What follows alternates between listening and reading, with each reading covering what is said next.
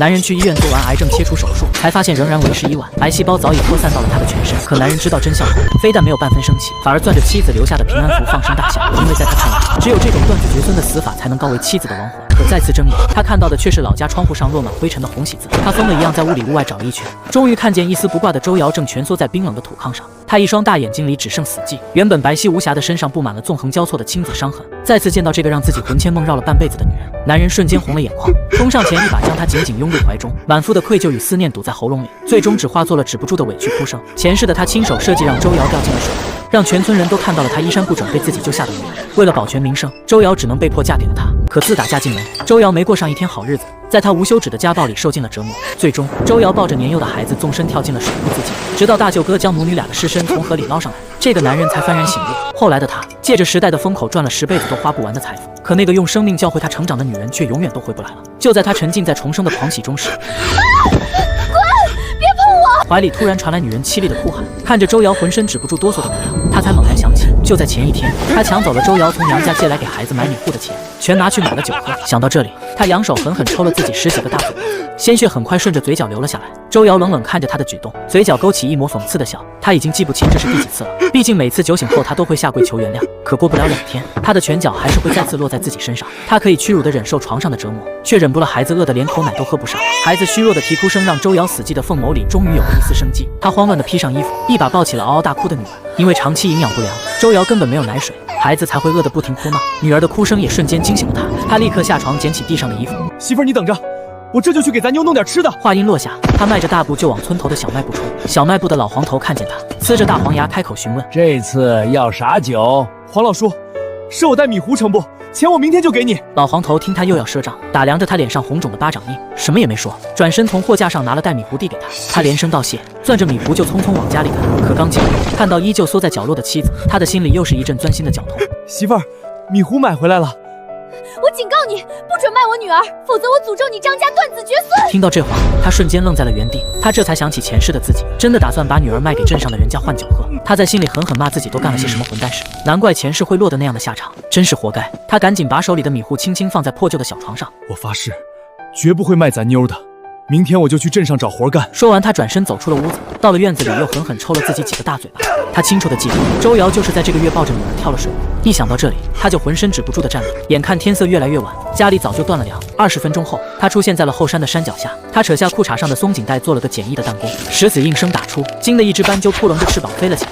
上辈子发达之后，他迷上了射击运动，弹弓也玩得十分熟练。他在草丛里蹲了小半天，用网钩罩住了一只肥硕的山鸡，又用弹弓打了4只斑鸠，4只斑鸠加起来才1-2斤重，可那只山鸡足足有5斤重。他用藤条把猎物绑好，挂在树枝上准备挑回家，却突然发现背后的东西不见了。他瞬间吓出了一身冷汗，还以为自己撞见了不干净的东西。就在这时，他看见挂在胸口的平安符突然闪过一道微光。这平安符是前世周瑶一直贴身带着的东西，直到他跳河自尽前才摘下来扔在了水库边。等他再定睛去看，平安符的光又消失不见了。他忍不住伸手摸了摸平安符，下一秒，他竟直接进入了一个陌生的空间。这个空间的面积还不如他前世住的病房大。反复试验了好几次，他才明白，捏着平安符就能进空间，脑子里想着出去就能立刻回到现实。有了这个金手指，他知道自己这一世一定能东山再起。回家的路上，他看着村里很多人家都用上了电，可自己家还点着昏暗的洋油灯。连自然灾害最苦的几年都过去了，自己的家竟然还吃了上顿没下顿。他拎着猎物直接进了厨房，等天完全黑透，他端着一大海碗斑鸠汤走进了堂屋。瑶瑶，吃饭了，我做了斑鸠汤，给你下奶。他连喊了3遍，瑶瑶周瑶才缓缓从里屋走了出来。看到桌上大海碗里的斑鸠汤，他没有丝毫靠近的意思，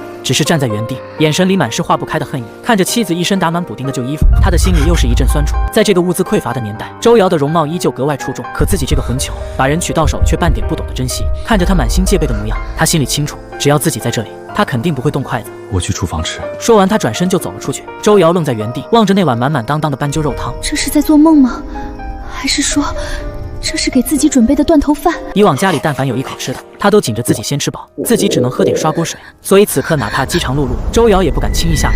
直到他走到门口，看见他正蹲在窗户下喝汤，厨房门口还挂着一只肥硕的大野鸡，他这才猜到他应该是上山打野获去了。周瑶终于转身回了堂屋，端起碗小口吃了起来。等他吃完饭，他又在他警惕的目光里包揽了所有碗筷的清洗工作。以前的他就是个彻头彻尾的懒汉，这恐怕是他在这个家里第一次正儿八经干家务。忙完这些，想到白天自己干的混蛋事，他又去烧了一锅热水端进了屋。瑶瑶，你用这水擦擦身子。说完放下水盆，他转身就匆匆走了出去。他坐在门口守着，过了许久，屋里才传来细微的哗哗水声。他抬头望着漫天星空，心里盘算着明天的挣钱门路，必须尽快改善家里的状况。现在已经入了秋，冬天零下20度的天气，滴水成冰，老婆和孩子都需要添置棉衣，否则这个冬天他们娘俩根本扛不过去。听到屋里的水声停了，他才起身走进了屋。见他突然出现，周瑶吓得侧身连连往后躲。你别过来！看到这一幕，他在心里暗骂自己以前太畜生，也清楚他的心结一时半会解不开。于是他放柔了语气开口提醒：媳妇儿，我只是进来端水出去。说完，他端起地上的水盆，迈步就往外走去。周瑶没有理他，见他一出门就立刻飞快地穿好了衣服。院子里，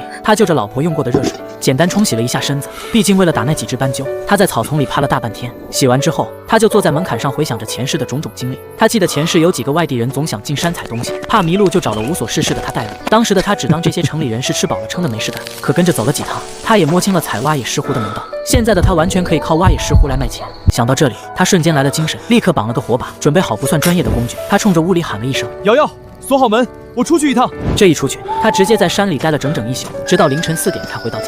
也是他运气好，下山的时候意外发现了一个果子狸窝，抛到了几只还没睁眼的小果子狸。回到家，他利索地处理好猎物，留了一只放在厨房，就挑着2个箩筐去了镇上。镇上逢单日子有急事，他找了个人多的地方，把果子狸的肉和皮从箩筐里取了出来。小伙子，你这山货不错呀！他原本还想着要是卖不出去，就拿回去一锅炖了，给大哥、二哥、三姐家分一些。没想到刚摆好东西，就有人上来问价。一对老夫妻看他晒得黑黢黢的，一看就是山里出来的，加上价格也实惠，一口气就要了2只。这个年代吃肉都要肉票，也就这种不用票的山货能自由买卖。老太太说要带回去给小孙子打打牙祭。临走的时候，老太太还揪着老头的衣服，让他顺带剥下了所有的果子狸皮，说要给家里的小孙子做手套。就这样，不到2个小时，所有的果子狸就全部卖光了。随后，他带着前一天采来的野石斛去了镇上的老字号药房。当他把野石斛拿出来的那一刻，戴着厚眼镜片的老掌柜眼睛瞬间就看直了。老掌柜小心翼翼地接过野石斛，仔仔细细端详了半天，随即伸出手给他比了个价格。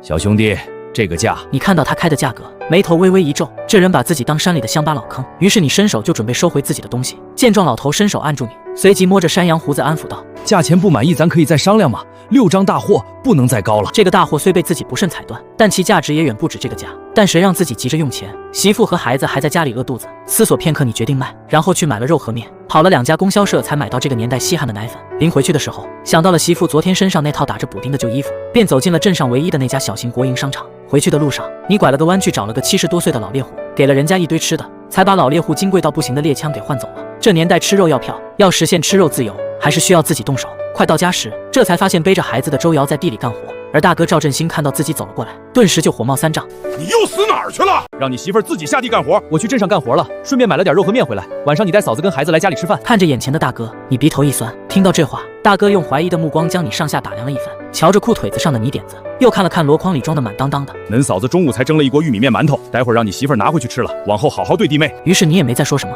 点了点头后背着东西回了家。想要哄好媳妇，就必须先哄好她的胃。就这么你在厨房开始忙碌起来。等天快黑的时候，周瑶揣着几个玉米面馒头回了家，只是刚走进院子，就闻到厨房的肉香味。于是他赶紧来到厨房门口，就见你正站在简陋的灶台前忙活。而周瑶忙了一天，早就饿得前胸贴后背，再把玉米面馒头放好后，就进了卧室，将熟睡中的娃放在小床上。只是一扭头，看到桌上放着一罐奶粉，周瑶顿时血液涌上了大脑，跑进厨房，扬手就给了你一个巴掌。你是不是又跑去逼我妈给你钱了？你怎么这么混账？被媳妇突然提起这档子事，你才渐渐想起自己这个混球，之前确实拿刀威胁过丈母娘要钱。于是你连忙开口否认道：我没有，钱都是我今天赚到的。说着连忙将手伸向裤裆。看到这一幕，周瑶更是生气，随即他上前又给了你一个大嘴巴子。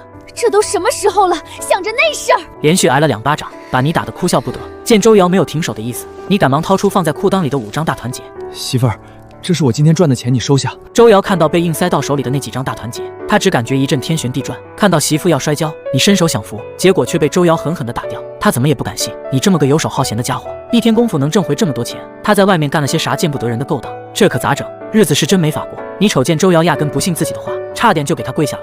我昨晚上山采了野石斛，又碰巧遇上个果子狸窝，那些东西换了6张大团结，我花了1张买粮食，现在就剩下这些了。一听到石斛，周瑶的眼神才有了点神。北有人参，南有石斛，那玩意要用价值高能卖钱，可都长在深山里，难找得很，更何况是大黑天的。可仔细一想，早上起来水井边上确实有血渍，锅里还炖着果子狸肉呢，难道真是自己错怪他了？可他咋就认识石斛呢？在周瑶的注视下，你举起右手发誓：我真没干坏事，要不然我断子绝孙。见媳妇呼吸平稳了些，眼神也没那么凶了，心里松了口气。瑶瑶，你赶紧把钱收好，我去给大哥家送点肉，让他们也尝尝鲜。虽然钱藏空间里更安全，但给媳妇交钱那就是交家权。随后你端起一盘爆炒果子狸肉，还有炖好的鲫鱼豆腐汤放到堂屋桌上，然后又回厨房盛了满满一碗肉朝大哥家走去。路上还把欠老黄头的米糊钱和之前的酒钱给还了。而周瑶则是瞅着手里的大团结，匆匆回了屋。嫁过来2年多，向来都是你从她那搜刮钱财，这还是你头一回主动交钱。于是他把钱拆了5份，分别藏了起来。弄好这些，听到外面传来沉稳的脚步声，他从屋里走出来，瞅着桌上冒着热气的一桌子菜，一时有点恍惚，随即又去厨房瞅了一眼，面缸满了大半，油罐子也满了，房梁上还挂着一条10几斤重的五花肉。他真的改了吗？此时周瑶不敢确定，毕竟狗改不了吃屎。见周瑶坐下，你便往他碗里加了只山鸡腿。我明天一早就上山，趁着冬天还没到，赶紧把能挖到石斛的地方都踩一遍。毕竟目前这是来钱最快的法子，等全国放开了，好拿着钱去投资别的。听到你的话，周瑶愣了一下，点了点头，啥也没说。昨晚他就算是走了狗屎运，踩到一颗石斛，哪能回回都那么走运？周瑶本想提醒你，真想挣钱就找份工作，一天虽然就几毛钱，但总比没收入强。可一想到你的性子，只要不出去乱赌喝酒，也就随你去了。他拿着筷子想把碗里的山鸡腿夹回去，你见他这样，赶紧拿孩子当借口制止。媳妇儿，你太瘦了，多吃点，不然孩子都没奶喝。奶粉再好也比不上母乳，而且奶粉又贵又不好买，这叫鲫鱼豆腐汤，喝了下奶。这话惹得周瑶瞪了你一眼，握着筷子的手骨节泛白，但也没再拒绝。今天你折腾了1天1夜，又困又累，家里的生计问题总算解决了。填饱肚子后便直接说道：媳妇儿，我先睡了。说着起身弯腰进了里屋，倒头就睡着了。等周瑶洗完碗筷回屋，看到地上你脱掉的衣服，眉头一皱，然后捡起来，趁着月色把衣服洗了。忙完后，他拖着疲惫的身体回了卧室，脚下一不留神踢到了箩筐。周瑶拾起来一看，竟是一套崭新的女人衣服和3套婴儿穿的小衣服。于是他盯着已沉睡的你看了好一会。这个人我有点看不懂了。你这一觉睡的那叫一个昏天暗地，夜里头闺女醒了2回，愣是没把你给闹醒，一直到清早，你才迷迷糊糊的睁开了眼，翻过身，瞅见周瑶卷缩着身体背对着自己。此时她只穿了件破旧的小背心，看得你直冒唾沫星子。毕竟上辈子周瑶死后，自己再未找过女人，于是伸手把人揽入怀中，这一切就跟做梦似的，那么不真实。刚想低头亲一口时，怀里的媳妇身子突然就僵了，明显很抗拒自己的接触。于是你强压下心中的苦涩，翻身下了床。这段时间只能先委屈一下，从晾衣绳上取下洗干净的衣服，你也顾不上没干，就麻溜的套上，然后蹑手蹑脚的将箩筐里的东西拿出来放在桌上。这时候床上的周瑶坐了起来，冷脸冲着你说：你要是真的想改，就找个活干，只要肯出力，1个月也有10几块钱，咱家日子也能过得去。听到媳妇主动跟自己说话，你心中一喜，知道是周瑶在为自己考虑。可老天给了你重活一世的机会，自己必须得在全面放开的时候攒够启动资金。上一世他们母女走后，你宛如丧家犬似的在外面流浪了一些日子，后来遇见了贵人，才有机会在国营商店做服务生。因为嘴甜会说话，渐渐被提拔做了经理，也因此才有机会跨阶层接触那些大人物。这辈子自己要靠着双手尽快挣到第1桶金，所以打猎采石斛是现在最快的挣钱方式。更关键的是，自己现在拥有上辈子的记忆，知道在哪些地方有石斛。这么好的机会你怎么可能放过？只是目前不知道怎么跟媳妇解释，为啥要坚持上山采石斛。周瑶见你迟迟不吭声，知道这人驴脾气上来了，索性拉起被子又躺下。厨房灶台的锅里还有给你留的玉米面馒头。听到他的话，你剑眉一挑，脸上满是掩不住的喜，随即来到床前，在周瑶的脸蛋上亲了一口。媳妇儿，我昨天跟咱大哥讲好了，你今天不用去给他们搭把手了，厨房的猪肉得空了就给俺丈母娘送一半过去。而周瑶见你靠近，以为惹恼了你又要动手打自己，可没想到竟被你给偷袭了。你说了些啥也没听清，也没瞅见。你走之前还亲了闺女一口，等她回过神，你早就没影了。昏暗的屋子里就剩下她和睡在小床上的闺女。虽然天还早着，可她翻过来覆过去，愣是再也睡不着了，就这么在床上躺到太阳晒屁股。就听到外面有人拍门。二嫂这么早过来，有事吗？老四媳妇儿，我听大嫂说，昨晚你家吃肉了。刘桂华眼珠子滴溜的往厨房内打转，笑的那叫一个勤快。说着也不等回话，脚丫子就跟长了眼睛似的，直往厨房门口摸。乖乖呀，这老四该不会去偷去抢了吧？这么大块肉得花多少钱呢？大家可是有小半年都没见过荤腥了，孩子闹了好几天都没舍得买。好不容易把眼睛拔出来，可又瞟见黑漆漆的墙上竟然还挂着半只山鸡，他顿时就不淡定了。老四家嘞，你可得看好你家男人，赌博搞不好还要去劳教。周瑶听他这么说，脸色一点点低沉了下来。二嫂说这啥话？要是犯法，自然有公安逮他，不用二嫂你操这份闲心。刘桂华还想再说啥，可眼珠子咕噜一转，像是想到了什么，把到了嘴边的话又咽了回去。你也别恼二嫂，我这不也是担心咱家老四吗？我家那口子跟他可是亲兄弟，我家小宝闹着想吃肉，都馋哭了。你看能不能先借5斤肉给我，回头我让你二哥给你们送钱来。这2年多的相处下来，周瑶心里跟明镜似的，早摸透了这个二嫂是个什么货色，东西进了他家就是肉包子打狗，这一张口就是5斤肉。别说自己不敢做主借给他，就算是有当家权也不可能。这么大事儿我做不了主，二嫂，你等老四回来跟他说吧。说着走过去把厨房门给拴上了。刘桂华见他这副样子，心里十分不痛快。那行，等老四回来，你记得跟他说，把肉帮我送家里。扭身走的时候，刘桂华脸上的笑挂不住了。这边山上眼瞅着快晌午了，你靠着前世那点记忆，费了好一番功夫才寻见一株野石斛，有了昨天摸黑的经验，等石斛露出大半个根系时，也已经到了。这颗比昨天的那株大太多了，直到天擦黑了，你才小心翼翼地把那一大颗完全弄了出来。就在准备下山回家时，转身却撞见了一只梅花鹿，看样子是来啃石斛的。见状，你赶紧从空间里取出昨天换来的猎枪，不过一息，枪声在林间炸响，惊得鸟群四散逃离。而家里周瑶已做好饭，给女儿烫好奶粉后还不见你回来，便眉头紧锁。石斛哪有那么好找的，还是得让他踏踏实实学个手艺才行。就在周瑶愣神的时候，你悄悄地走进了院子，直到你将箩筐里的东西取出，屋内的周瑶才听到有动静，抱着女儿走了出来。洗手吃饭吧。说完抱着女儿又进了屋。你注意到媳妇往筐里瞅了一眼，但也没吱声。等进了屋，瞧见桌上摆着热气腾腾的饭菜，眼眶一热，恨不得回到上辈子抽死自己。这么漂亮又贤惠的媳妇，自己怎么就没好好珍惜呢？走到桌前坐了下来，大口吞着饭菜。媳妇儿，待会儿我去村长家一趟，这几天把咱家里的电线扯上。通了电，那可是以后每月都要交电费的。说完偷偷瞄了你一眼，生怕自己惹毛你掀桌子。你敏锐地捕捉到周瑶的脸色，随即放下筷子，走到门口把箩筐提进屋。媳妇儿，这是我今天挖的，改天去城里要店卖了，应该能卖个不错的价钱。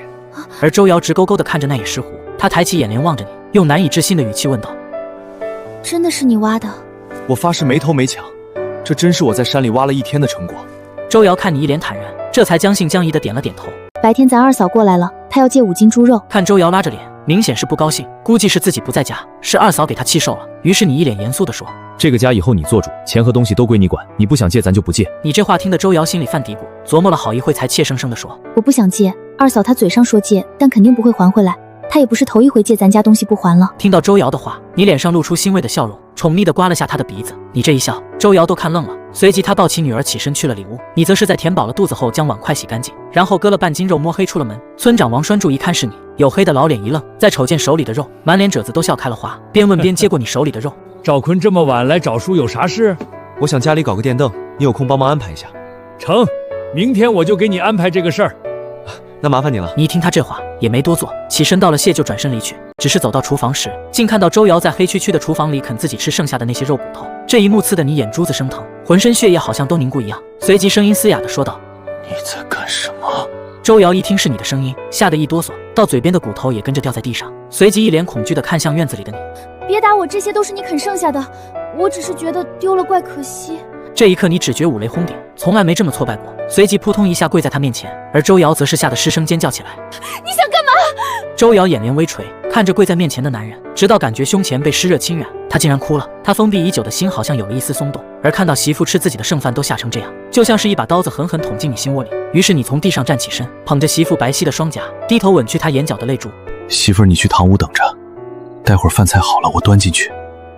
你是我的大恩人。周瑶没听懂这句话，羞得跟见了鬼一样，溜出了厨房。厨房里你忙活了一阵，一盘香喷喷的小炒肉片就出了锅。她觉得辣喉咙眼的杂粮馒头，媳妇却宝贝得一口都舍不得吃。只是刚走进里屋，就看妻子纤细的背影映入眼帘，一瞬间心头猛地一热，你几步上前，从身后一把将人揽入怀里。相拥间，周瑶头一回觉得原来被人疼着这么踏实安心，这还是除了新婚后两人如此依偎着安稳睡了一夜。想到昨夜两人的温存，周瑶脸颊微微发烫，侧过脸再看到小床上的孩子时，周瑶顿时吓得脸色煞白。昨天夜里似乎一宿没听到女儿哭闹，瞅着媳妇突然变了样，眼睛直勾勾地盯着女儿那边，便麻溜地下了床，几步窜到女儿的小床前，瞧见女儿已经醒了，正瞪着俩大眼睛笑。此刻你看着闺女，心窝子都软了，小心翼翼地把闺女抱在怀里。回到床边，见闺女没事，还咧着嘴笑。周瑶心里那块大石头总算落了地，紧绷的神经也松了下来，随即眼眶一红，差点哭出来，懊恼自己昨天夜里怎么能睡那么沉。这么大点的孩子，万一有个什么闪失，他可咋活？媳妇儿，你再陪妞妞躺会儿，我去给你做早饭。周瑶则是查看闺女屁股下垫着的尿布，虽然遮挡的不太规整，但却是换得干净的。难怪昨晚没听到女儿哭闹，原来是这混蛋滚起来照顾的女儿。这还是生了孩子后，他头一回主动照顾孩子，所以他是真的变了吗？可以再相信他一次吗？另一边，你熟练的在厨房忙活着，等媳妇抱着孩子出来，饭菜也做好了，豆腐、小青菜、玉米、面糊，外加杂粮馒头。你光着膀子从周瑶怀里接过孩子。媳妇儿，你先去洗漱。而周瑶有些不放心，可看着你笨手笨脚的抱着那么点个孩子，扑哧一声笑了出来。这是你亲闺女，又不是老虎，还能咬你咋的？吃饭时，村长王栓柱带着电工来，一进院子就瞧见周瑶坐在院子的桌子边上吃饭，你光着膀子抱着孩子在院子里溜达。他瞅见你臂膀内侧有一圈工整的牙印，笑得意味深长。赵坤，这还没吃完饭呢。你没想到王栓柱这么早就把人找了，又带着村长和电工来到院子外的门口扯闲天。等周瑶吃完饭回屋后，你才把孩子交给媳妇，随即从宽松的裤衩子口袋中摸出一包大前门。村长看着手里那根大前门，咧着一嘴大黄牙，笑着说：“你个臭小子，有出息了！这玩意儿一包都要4毛呢。”一旁的电工笑得更憨厚，把烟卡在耳朵上，扛着梯子就绕去了屋后。这趟工出的划算，4毛一包的烟，自己平时都舍不得抽。这家人倒是大方。等通了电，你就回了屋。刚走进去，一件衣服迎面飞来，还没弄清楚怎么回事，就听见周瑶说道：“赶紧把衣服穿上，光着膀子像什么样子？”此刻你后背多了几道抓痕，那是昨夜周瑶留下的。村长和电工都看见了，但是都没说破。然而你什么都不知道，光着膀子四处溜达，这可让周瑶羞得恨不能找个地缝钻进去。外人在跟前，他又不好意思提。直到你上山后，周瑶捂着发烫的脸颊，缓了好一阵子，这才接着把床褥子拆下来清洗。他把孩子的小床搬到院子里，把孩子放上面，在盆子里倒满水，准备洗床褥。这时候周母挎着个篮子来了，里面装着鸡蛋，还有一小块肉。周瑶瞧见母亲，连忙擦着手起身：“娘，你咋来了？”周母把手里的篮子拎进厨房，目光在自己女儿身上来回打量了一番，瞧着她那破旧不合身的衣服，眼眶一阵发酸，赶紧别开目光，抱起小床上的外孙女说道：“家里刚忙完，我过来看看你。”说着眼睛环顾着破旧的3间土坯茅草房，她心里无时无刻不在懊悔不该同意这门亲事的，自己害惨了女儿。瑶瑶，妈想过了，你要是跟他真过不下去，就离了吧。你年轻，日子还长，一辈子不能毁在他这个烂人手里。周瑶听到亲妈的话，先是愣了一下，坐在凳子上好一会也没吭声。那天你抢走自己从娘家借来给女儿买米糊的钱去买酒，她真的觉得绝望透了，感觉跟她在一起压根都看不到任何希望，连死的念头都冒了出来。当时就想抱着闺女跳进水库，可你酒醒后，先是悔恨的自己抽了自己10几个大嘴巴子，而后又慌里慌张的出门给孩子买米糊。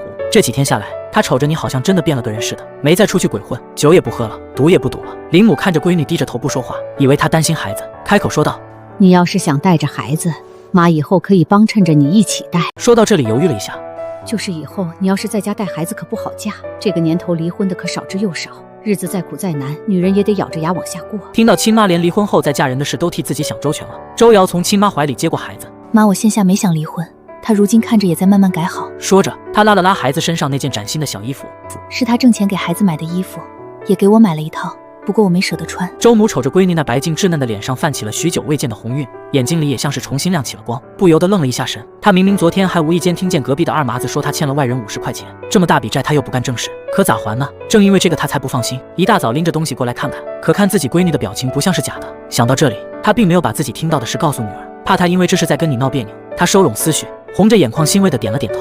要是能改就好，妈也就放心了。说着抬手抹去眼角流出来的泪。这回刚上山的你嘴里叼杂粮馒头，计算着现在盖2层楼大概需要多少钱，按照现在自己能挖到的市户价计算，盖了房子还能有一笔在这个年代算得上很可观的存款。毕竟在这个时候万元户都不多，想着近2年肯定还要待在村里生活，先把住宿条件提上去。家里现在住的3间破土坯房，进屋后自己这个身高感觉腰都直不起来，屋内更是灰尘大的厉害，到处掉渣，实在不是人住的地。这时候的你压根不知道，你丈母娘正跟媳妇商量着要不要离婚的事。这要是让你知道，估计最近都没心思上山挖石斛了。毕竟重活一世，你心里搞钱很重要，但什么都不及老婆跟孩子重要。你掌握着上一辈子的赚钱门道，自然不急着这一时3刻。眼瞅着快晌午了，周母饭也没顾上吃，就急着要往家回，生怕自己多吃一口，闺女就得少吃一口。周瑶拦也拦不住，只好从厨房取下挂着的肉，一刀切下大半，拎着就追了出去。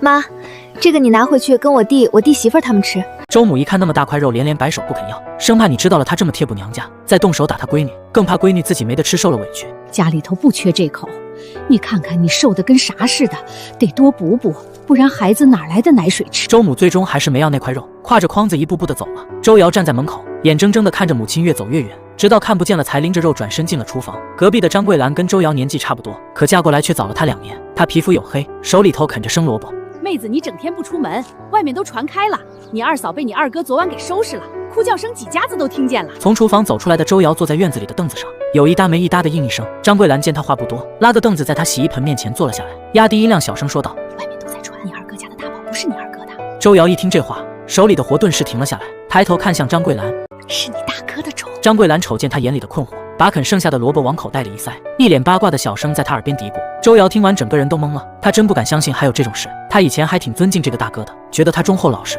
做事公道，挺有大哥样的。可听了这事，心里头多少有些膈应，这事咋能这样呢？好啦，我要回家给俺们当家的做饭，就不跟你聊了。张桂兰似乎很满意他的反应，拍了拍这个城里来的小媳妇，当天晚上你回来的很晚，这次回来你老远就看到家里亮着的灯光，心里禁不住感叹，这电灯果然比洋油灯亮堂多了。周瑶见你回来，赶紧把热在锅里的菜和白面馒头端了出来，随口问了句：今天咋回来这么晚？注意到你身上沾了些泥土，放下菜上手给你拍着身上的泥，你赶紧拦住他，转身把堂屋的门拴上，然后从箩筐的草堆里翻出个东西，小心翼翼地放在桌子上。挖了石斛，回来途中碰见了个意外收获。你没跟媳妇说自己是因为脚下一滑摔了下去才碰到这东西的，爬上来费了不少劲，这才回来这么晚。这东西现在价格可不比石斛低，都是按克卖的，算是意外得了笔小财。你盘算着今晚陪媳妇好好亲热一番，明天不去山上了，先去把手上的货处理掉。周瑶看着他放在桌上的那块黑棕色、形状有点像是生姜一样的东西，这好像在书上见过，带着不确定问道：这是何首乌？语气中带着难以置信。你没想到自己媳妇见识够渊博，这玩意村里头大部分人到现在还不知道它的金贵，要不山上那么多好宝贝早叫人搜罗干净了。石斛、何首乌还能金贵个10来年，再往后种植技术上去了，这些都能人工种植，市面就常见了，也就不稀罕了。可就算那样，野生珍稀药材的价格还是高得离谱，因为野生的压根就买不着。你咧着一嘴大白牙，一把将娇俏的媳妇搂进怀里，低头在她白嫩的脸蛋嘬了一小口，迎着她那双亮晶晶的眸子说道：对，就是何首乌，明儿带你跟娃去城里溜达溜达。一听说要带着娃出门，周瑶身体猛地一僵，想起之前他说要把闺女卖给城里那家不能生养的人家，心里头到现在还犯怵，谁知道是真不能生还是买回去当童养媳。他从怀里挣脱出来，带着防备和警惕拒绝道：闺女还小，我俩就不去了，你赶紧洗手吃饭吧。你眼尖瞧出媳妇不对劲，本想带着她出去逛逛，顺便再给她添置些冬天的衣服，可看她这又警惕了起来，显然是怕自己又打闺女的坏主意。自己干的那些混账事，哪是那么容易就能让她放下心结的？早就信任透支了，只能慢慢来了。你脱下身上带着泥点子的衬衫，打开门走出去，简单洗了把脸，回屋坐下，这才瞧见到桌上的饭菜，一盘金黄的炒鸡蛋，还有一小盘早晨剩下的小炒肉。他中午难道都没吃菜？他要是这样一直省吃俭用，啥时候才能把他养得胖乎乎的？看来得赶紧多挣点钱，让他心里头踏实才行。媳妇儿，这鸡蛋哪儿来的？你出门没多久，我妈来过一趟，是她送来的。周瑶低头给你盛了一碗面糊汤，亲妈提离婚的事她是一句也没提，你一听是丈母娘拿来的，想到之前问她要钱喝酒的事情骚得慌，没脸见她，也没问丈母娘过来是什么事，心里头盘算着，等明个把手上的东西卖出去，先把之前从丈母娘那里拿来的钱给还上。你伸手拉过媳妇，让她坐下，快吃饭。说着递给她一个杂面馒头，媳妇还是舍不得蒸白面馒头，蒸了掺了一半白面的杂面馒头。你自己拿起玉米面馒头大口炫了起来。周瑶咬了一小口杂面馒头，抬头偷偷打量眼前的男人，他要是能一直这样该多好，只是不知道他这股子热乎劲能撑多久。俩人正吃着饭，外面响起叫门声，哥，我26子出来啊，3缺1，哥儿几个等你喝酒玩牌呢。周瑶听到这个声音，脸色刷一下就白了，眼睛直勾勾瞪着他，怕你又像之前那样跟着他们出去喝酒赌钱。你听到这个声音愣了一下，随即想起来是谁了。你放下筷子，一抬头看见媳妇那张惨白的小脸，赶紧起身把人搂进怀里，语气里头满是担心和紧张。被搂进怀里的周瑶纤细白皙的手指紧紧揪着你胸口的小背心，嘴唇微微颤抖。你又要跟他们去喝酒玩牌？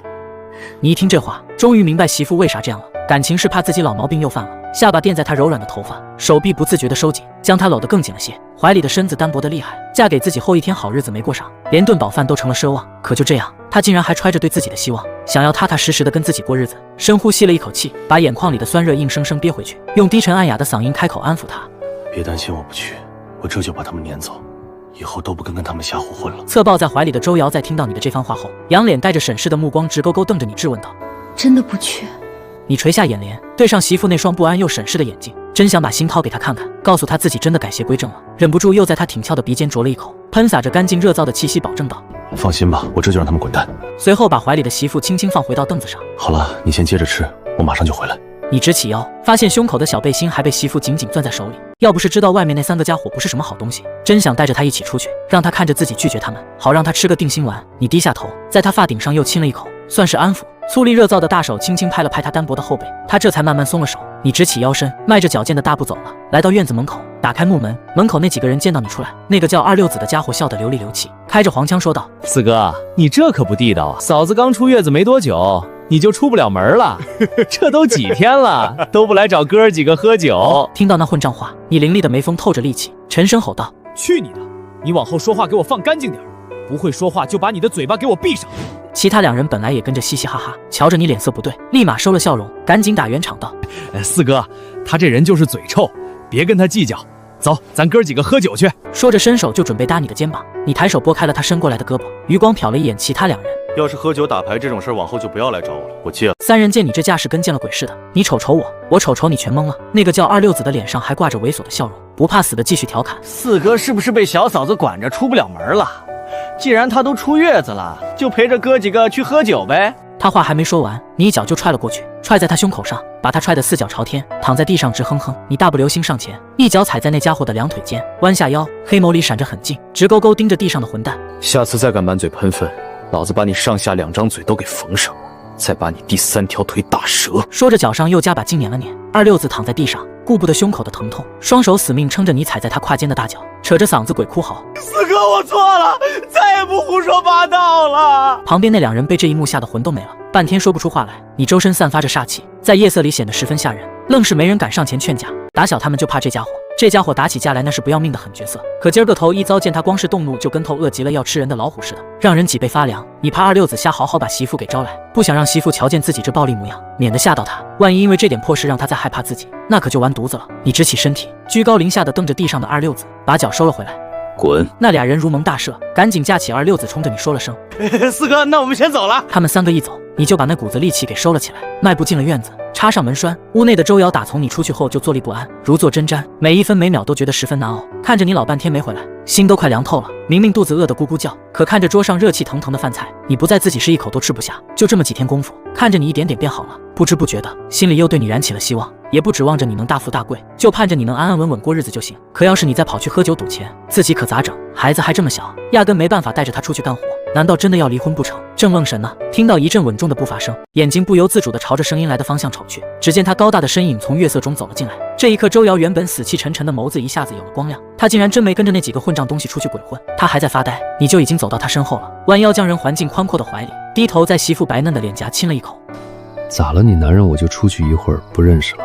说话间把筷子递到他手里，在桌前坐下，拿起玉米面馒头大口大口的炫了起来。周瑶还有些反应不过来，下意识地问：你真的以后不再跟他们瞎混了？报告媳妇大人，我跟他们彻底断了，以后都不跟他们玩了。周瑶这才点了点头，慢条斯理地吃了起来。吃饭的时候，他时不时偷瞄一眼自己男人，见你吃得很快，但吃相却不赖，配上他那张棱角分明的俊脸，反而还多了些赏心悦目。当初嫁给他，除了他救过自己一命，其实也有一部分原因是他长得板正，当时就是被外表迷了心窍，再加上给弟弟换亲，这才嫁给了一穷二白的他。你见媳妇盯着自己发呆，不知道他小脑瓜又在琢磨什么，往他馒头上加了块金灿灿的鸡蛋，咧着唇角调侃道：媳妇儿快点吃，待会儿床上让你看个够。你的胡话让周瑶回了神，瞧着你痞里痞气的样子，狠狠剜了你一眼后，红着脸垂下头，埋头吃了起来。吃饱的你也不着急走，窝在蹩脚的板凳上，眼睛直勾勾盯着自己媳妇，越看越喜欢。明明这年代物资匮乏，吃得不好，还没什么化妆品，可这皮肤依然是溜光水滑的，比那打了什么针的明星都漂亮。你注意到媳妇握着筷子的手骨节通红，就握住她纤细的手腕拉到自己眼前。想到外面晾晒的床单，你打算明天把手上的东西卖了，从投机倒把那里搞张洗衣机的票。这年代很多人还不知道洗衣机是啥，更不舍得花钱买。有了洗衣机，媳妇就不用手搓衣服。周瑶抽回自己的手，被你盯得实在是骚得慌。吃饱的话，去烧水把身上洗洗，浑身都是泥。你起身在媳妇脸上亲了一口，就去厨房烧水去了。你走后，周瑶放下筷子，摸了摸发烫的脸颊。这人打从昨个夜里起就喜欢对自己搂搂抱抱，还时不时亲2口。每次你靠近都能闻到他身上的荷尔蒙气息，觉得自己心里就像踹了只兔子，砰砰乱跳，自个都闹不明白这是咋回事。吃完饭，你拉着周瑶说要带她出去散散步、消消食。回去的路上，你没再往家走，带周瑶转了个方向。牛棚旁一间破落的泥土房外面搭个简易土灶，屋里的女人捂着胸口不停咳嗽，抓出一小把玉米深兑了水，放进缺角的陶瓷罐里。只是这么几步路，她脸上就泛起白大颗的汗水，从额头滚落。正揪心，一个半头白发的男人从不远处大步走过来，他皱着眉接过水瓢，让他回屋好好躺着，自己来做饭。女人看向他，男人把换来的半张饼递过去。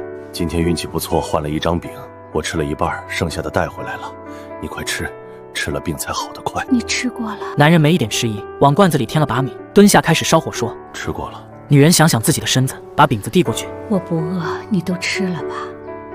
躺半天了，就想喝点稀的。男人闷头填火，叫你吃就吃，不吃东西病咋好？男人低着头，眼眶发酸。今天吃饱了，明天吃啥？他的身子不顾了，就那一点米，还是他求了好几家村民换来的。他心疼他忙活一天没吃饭，他也心疼他跟他下乡受罪。他攥住他的手，别想那么多，安心养病，明儿个我就去给你找药，一定能治好。周瑶看得心里不是滋味，回去的路上问你那2位的情况，你有些沉默，该怎么说？说那个男人你也不熟悉，但上辈子在电视上见过。老人商场纵横多年，离世后将全部身家都捐了出去，以他爱人的名义成立了医疗救治公益基金会。一辈子最遗憾的就是没有保护好爱妻，亲眼看着他受病痛折磨离世。你照着回忆猜测，致使他夫人身故的应该就是这场病。不过你估摸着，殷夫人的病主要是因为营养不足导致的，四面漏风的牛棚，每天又都是清汤寡水，再小的病也能拖成恶疾。你准备让媳妇这个高中生把药盒吃的还有钱拿去投资这位未来大佬，最起码恢复高考前的辅导老师有了。第二天一早，天还没亮躺起来，你就睁开了眼，悄悄下了床，走到小床边，小心谨慎地把女儿抱起来，轻轻放在媳妇身旁，仔细盖好小被子，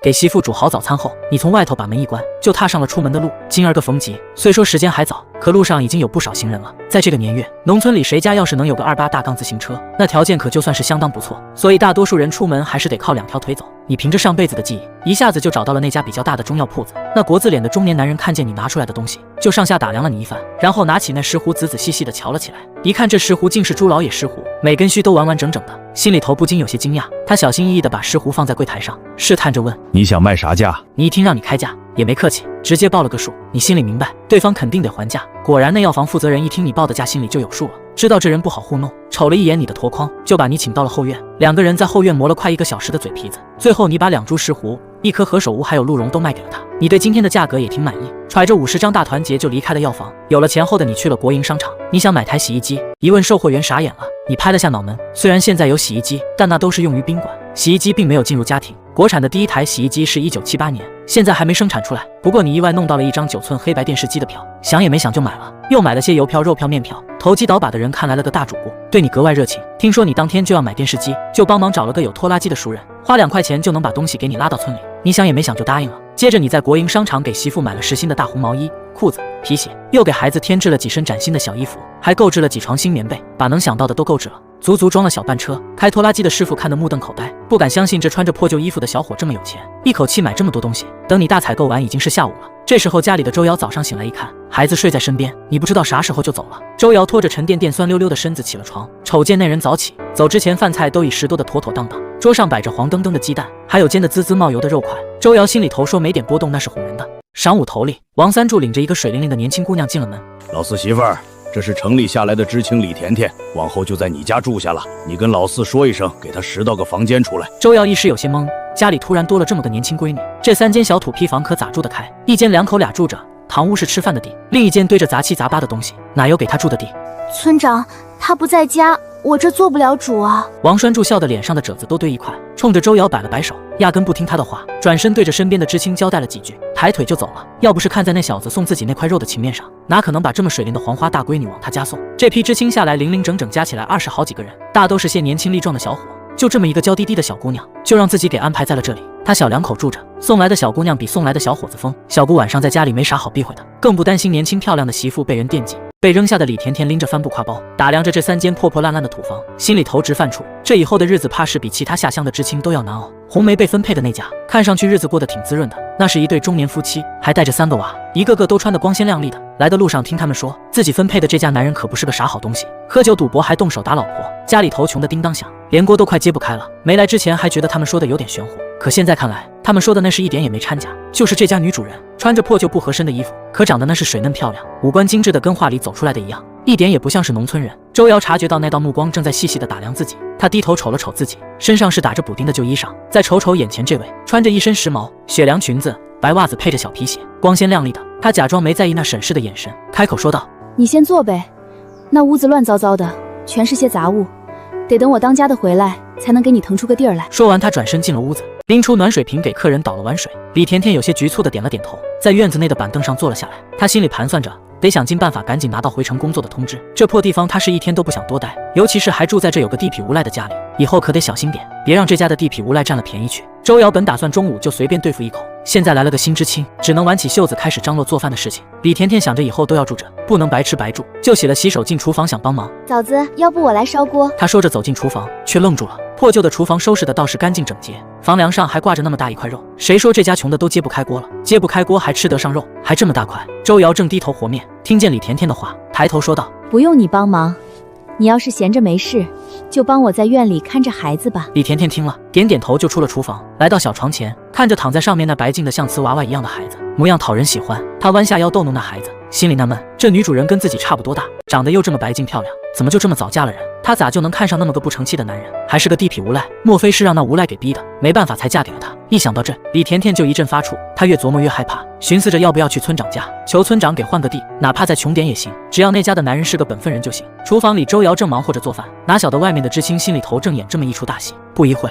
一碗热腾腾的面条就出锅了。周瑶端着面条走出来招呼道：“女同志，先来吃碗面。”李甜甜回过神来，瞅着桌上海碗里飘着油星子的面条，愣了愣神，她赶忙说道：“我叫李甜甜，嫂子，你以后就叫我甜甜吧。”周瑶点了点头，没再多说啥。下午快4点的时候，拖拉机轰隆隆的进了村，按着你指的路停在了你家门口。在院子里头包着玉米的周瑶忽地听见外头有动静，赶忙放下手头的活，她站起身走到门口，正巧瞅见你从拖拉机上麻利的跳了下来，心里头直犯嘀咕，她咋就坐着这突突响的拖拉机回来了？还没等她开口问个究竟，那拖拉机师傅就扯着嗓子喊上：“小伙子，这么多东西，你家能搁得下吗？”说着，他就从车头绕到了车尾巴，把电视机一点点往边上挪，生怕碰坏了。你一个箭步上去，就把电视机从车上扛了下来，冲着拖拉机师傅咧嘴一笑，说道：“以后地方大着呢。”站在旁边的周瑶被眼前这一幕给吓愣了，呆呆地问：“这些都是你买的？”那声音里满是不敢相信，这么多东西，还加个电视机，这得花多少钱多少票啊？你见媳妇白净漂亮的脸上一双眼睛直愣愣的，便走上前去摸了摸她的脸颊，心里头明白她这是心疼钱，可这点小钱你压根没放在眼里，就想让媳妇以后跟着自己享福，再也不让她受一点罪。你凑到周瑶耳朵边小声嘀咕：“等会儿再跟你细说，你先站到一边去，别碰着你，我先把东西卸下。”周瑶听了你的话，跟木偶似的挪到了一边，看着一件件东西从车上卸下来，堆得跟小山似的。他心里头那个悔啊！早知道这样，他就抱着孩子跟你一起进城了。这得花多少钱啊？他怎么这么不会过日子呢？这时候，站在角落里的李甜甜怀里搂着小婴儿，眼睛直勾勾地盯着那个身材高大、肩宽腿长的年轻男人。他就是村里的地痞。他原以为你长得丑陋、粗鄙不堪，咋也没想到你竟是个五官深邃、相貌英朗的人。他长这么大还很少见过这么俊的男人，看得他心里头扑通扑通的乱跳个不停。李甜甜这下算是明白了，周瑶这么个如花似玉的女人，咋就早早嫁了？原来这男人长得比电影里的王新刚都好看。东西卸完了，你从兜里掏出2块钱递给了拖拉机师傅，师傅拿了钱，挥挥手开着拖拉机就走了。你又开始往院子里搬东西，媳妇要帮忙，你还不让媳妇坐着歇着，压根就没瞧见家里还多了个陌生女人。赵振兴听着风声赶了过来，一看自己兄弟门口堆了那么多东西，都惊呆了。这懒家伙哪来的这么多钱买这么多东西？他那个穷的叮当响的，家里也没啥东西可卖的，难道是卖了孩子？想到这，赵振兴不由得加快了步子，赶到门跟前，一眼瞅见女知青怀里的小侄女，心里头这才踏实下来。赵振兴啥话也没吱声，闷头帮着把物件搬进了院子。瞅着那沉甸甸的铁疙瘩，一通电就有画面和声音传出来，一群蚂蚁在上面咬架，可热闹了，跟看电影似的。他好奇地围着转了几圈，不好意思伸手摸，听说这玩意金贵着呢，要好几百块钱。这就是城里人常说的电视机，真没想到自家兄弟竟然给弄回来一台，全村独一份。东西归置妥当后，赵振兴把你拽到院门口，问哪来的这么多钱。你不慌不忙拍着胸口说这些都是自己打猎去黑市上卖猎物换的钱。你没把石斛的事告诉大哥，倒也不是信不过大哥，是石斛都长在悬崖峭壁上，就算说了大哥也帮不上啥忙，万一走漏了风声，还把自己的财路给断了。等来年开春暖和了，你领大哥二哥上山寻几处好采的地方，告诉他们窍门，往后就看他们各自的造化了。赵振兴想劝你好好种地算了，可瞅着眼前的亲兄弟眼里闪着亮光，透出一股子以前没见过的精明和深邃，就像是换了个人似的，让他这个当大哥的都觉得有点不认得你。想着大哥难得过来，就把想盖房的事跟他透了透，想请他帮忙，每天给他开1块钱的工钱。赵振兴抽了口烟说：“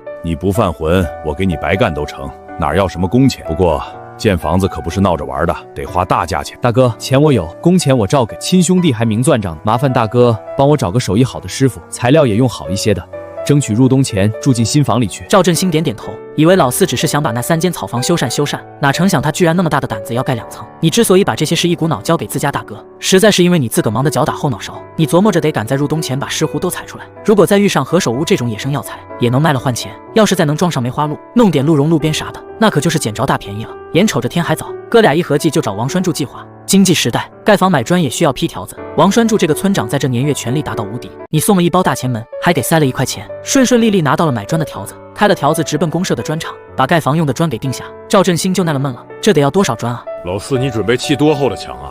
咋定这么多砖？你跟他说要盖2层。赵振兴眼瞅着你掏出2张大团结，眼皮子都不眨一下就递给了砖厂老板。赵振兴心疼的直咧嘴，再一听他说剩下的钱等砖都拉家里头再结清，赵振兴瞪大了眼珠子，觉得这是简直不可思议。那可是大团结，不是草纸，就这么随便装在口袋里，也不怕给弄丢了。赵振兴发觉自个这个烂赌鬼四弟，现在在外人跟前那派头足得很，比那砖厂厂长还像领导呢，往那一站不怒自威的。要是换上不打补丁的蓝布褂子，说他是哪家领导的公子都有人信。要不是脖子上的黑痣还在，手上还有之前打架斗狠时候的刀疤，赵振兴都怀疑老四是不是让人给偷偷换了。回家的路上，赵振兴整个人都是飘的，晕乎乎的。老四自然是自家的老四，可他咋总觉得怪怪的？快到家的时候，你从上衣口袋里掏出5张大团结递过去。大哥，除了木头，其他材料都麻烦你帮忙张罗着。赵振兴伸手想接，又觉得自己手有点脏，在衣服下摆蹭了蹭，才把钱接过来。他小心翼翼地把钱揣进贴身的衣服口袋里，生怕一不小心给弄丢了。这么多钱，你信得过大哥？大哥一定给你把事儿办得漂漂亮亮的。你点点头，亲大哥有啥信不过的？要不是大哥大嫂帮忙着，就上辈子媳妇受的那委屈，搞不好闺女都生不下来，都会被自己折腾没了。赵家堂屋，周瑶正在拾掇你买回来的东西。他从柜子里翻出一条方巾，仔仔细细地搭在电视机上，生怕落了点灰弄脏了电视机。要他说买这玩意干啥？村里时不时就停电，还要架天线，没信号的时候满屏都是雪花。可看你兴致勃勃的样子，他也不好埋怨你乱花钱。他发现你又给他和闺女买东西了，有女士毛衣、裤子、皮鞋，还有几套闺女的小衣服。上次你去镇上给她买的那件外套，她还没过身，舍不得穿，居然又给她买了这么多衣服。但看你念着娘俩，周瑶还是很开心。她抱起轻软厚实的棉被，准备往箱子里放，忍不住落下泪来。这比她嫁过来时谈的新棉花被子还好，东西都拾掇好。周瑶发现这人居然没给自己买东西，可她的衬衣也是补丁落补丁，鞋更是都破了个洞。李甜甜帮忙抱着闺女，眼巴巴地盯着那些新衣裳，抓耳挠腮，就跟猫看到了鱼似的。那鸡心领毛衣是城里最时兴的款式，自己逛商场也想买，但父母根本不同意花小半个月的工资去买件毛衣。看着自己想买却没钱买的衣服出现在这里，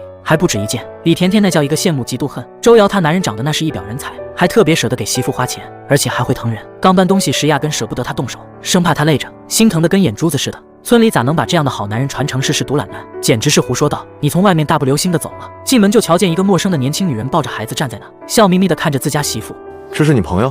李甜甜在察觉你视线后眼帘微垂，不敢与你对视。虽然她自诩城里人，一向看不起这帮泥腿子，但打从这家男人坐着拖拉机风尘仆仆的回来，她虽一直就在旁边站着，可她眼里心里就只有小嫂子一个大活人处在这，她愣是从头到尾都没瞅自己一眼。周瑶正忙着手头上的，听到你这么一问，这才反应过来家里头多了个人。那女知青一直闷声不响，自己又光顾着收拾你买回来的那些东西，就把她给忘到九霄云外去了。周瑶赶紧带着歉意从李甜甜怀里接过孩子，冲着你说道：“这是村长领过来的下乡知青，说想暂时借住在咱家，你看咱要不把西屋拾到拾拾，腾出来给他住。”话语里带着几分商量。虽然你说家里他当家，但他还是不敢自个做主，生怕落了不是。你一听说有外人要住家里，眉头不自觉地微微一蹙。你可不愿意有陌生人来搅和自己和媳妇的小日子。可当你瞅见媳妇期盼的眼神，拒绝的话到嘴边却怎么也说不出口，生怕他以为自己服了他的意。你没吭声，先把媳妇拉到里屋，脱下外面的褂子，然后从暗兜里掏出卖石斛的钱递给他。接着你从周瑶怀里接过孩子，逗弄着把自己打算新建房子的事跟他说了说。周瑶从你手里接过钱，看着手里那一张张崭新的大团结，心里头有些难以置信。买了那么多东西，竟然还剩下这么多钱，2株石斛，1棵何首乌，还有那什么鹿茸路边值这么多钱。当你说起想盖房子的念头时，周瑶赶紧把钱收好，在你那热切的目光下，小心翼翼地把钱藏了个严实，然后陷入了短暂的沉默。要是不盖房，就凭这2回挣的钱，足够他们3口人过上好几年的丰衣足食、安安稳稳的日子。可要是真盖了房，这些钱怕是远远不够，还得欠下一屁股外债。娘家弟弟那边这2年也没少帮衬自己家，现在他们有了孩子要养活，自己哪还好意思再开口借钱？周瑶正寻思着，你好像看透了他的心思，突然在他那白嫩的脸颊上亲了一口。媳妇儿，钱的事情你甭操心，有我呢。你在家就好好歇着，别累着了。脸颊上那突如其来的柔软温热触感，让周瑶的脸瞬间红了个透。她媚眼如丝地瞪了你一眼，小声提醒道：“干啥呢？外面还有人呢，也不害臊。”你脸皮厚的跟铜墙铁壁似的，你只是笑嘻嘻地看着周瑶。上辈子的你身价不菲，什么场合没去过？说着你又俯身下去，低头在周瑶那红润饱满的嘴唇上轻咬了一口。瞧着媳妇白嫩透着粉红的面颊，你的心都跟着融化了。都是当妈的人了，怎么还这么青涩？你不再逗他，转回正题说道：“明天大哥会订材料回来，万一他钱不够问你拿的时候，你可别忘了给他。”周瑶默默点了点头，心里头却有些膈应。他想起了隔壁邻居说的大哥和二嫂的事，再看到大哥心里头就不得劲。你眼尖瞧出了媳妇脸色不对，凑近他，贴在他脸颊上问：“咋了，媳妇儿？有啥事别憋在心里头。”周瑶想了想，还是摇了摇头，啥也没说。你见媳妇不想说，就没再追问。那边李甜甜站在堂屋里，隐约听到周瑶提醒说外面还有人的话，脸蛋红得跟猴屁股似的。她放轻脚步走到院子中间，呼吸着新鲜空气，鬼使神差地停下了去找村长换住处的脚步。这家男主人似乎并不像外头村民传的那般不堪。方才小嫂子整理物件时，他抱着孩子就站在那，他瞧得一清二楚。那些物件里大都是家里用的，还有孩子和小嫂子的衣裳，偏偏就没见着男人用的啥东西。在李甜甜站在院子发呆时，你怀里晃着的小闺女已经甜甜的睡着了，金雕玉琢的小脸上带着恬静。你轻轻转身，将熟睡的小公主轻柔地放在床上，小心翼翼地拉上被子。随后周瑶从屋内走了出来，冲李甜甜说道：“今晚得委屈你先将就一下了，西屋的东西堆得有点多，你大哥可能一下子收拾不完。李甜甜听到周瑶的话，扭过头来，瞧见他脸颊红扑扑的，不禁联想到刚才隐约听到的夫妻俩屋里的对话，脸上有些发烫，赶紧避开了他的视线。不委屈，那麻烦你跟大哥了。你不嫌弃我们家穷就好。说着，他弯下腰想把女儿的小木床搬到自己的东屋去。你见状，赶紧冲上来帮忙。周瑶笑了笑，转身去了西屋，也想帮忙收拾。光着膀子干活的你被媳妇一再要求，只好套上了个白色背心，那肌肉线条分明的臂膀露在外面，透着一股子力量感。